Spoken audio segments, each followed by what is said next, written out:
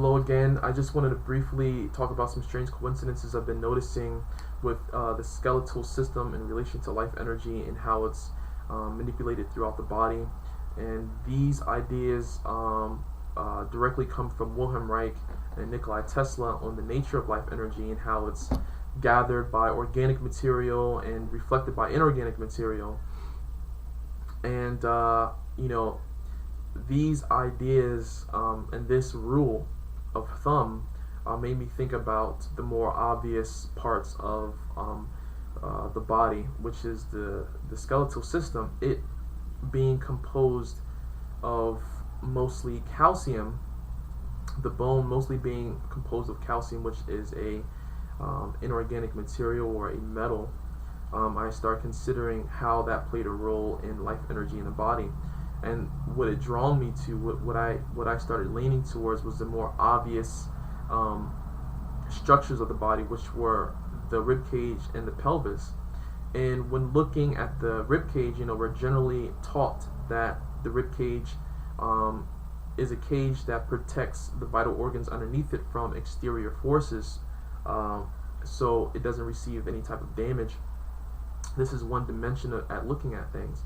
But knowing that the body is a multifaceted system, the universe is a multifaceted system, and is very efficient the way it uses energy, I start considering the fact that the rib cage was even composed of metal.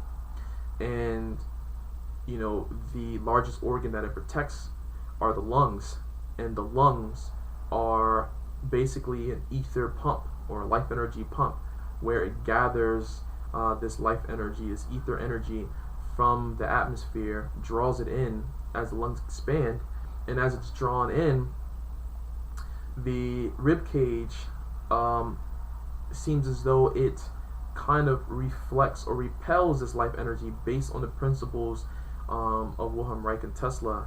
It repels the life energy downward, and the reason why I say downward is because it's shaped like a pyramid, where it's narrow at the top and it's broad at the bottom.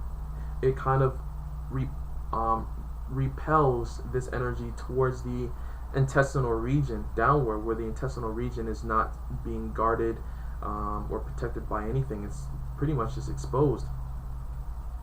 But at the bottom of the intestine, you have the pelvic bone, which is a giant metallic plate, and that metallic plate too reflects any energy that is passing the intestine on the way down, is reflected back up into the intestine, and vice versa, where it's literally being propelled downward and upward, gathering into the intestinal region for it to be refined or broken down into electrical energy to feed the more immediate vital organs, which are the most important organs for the body.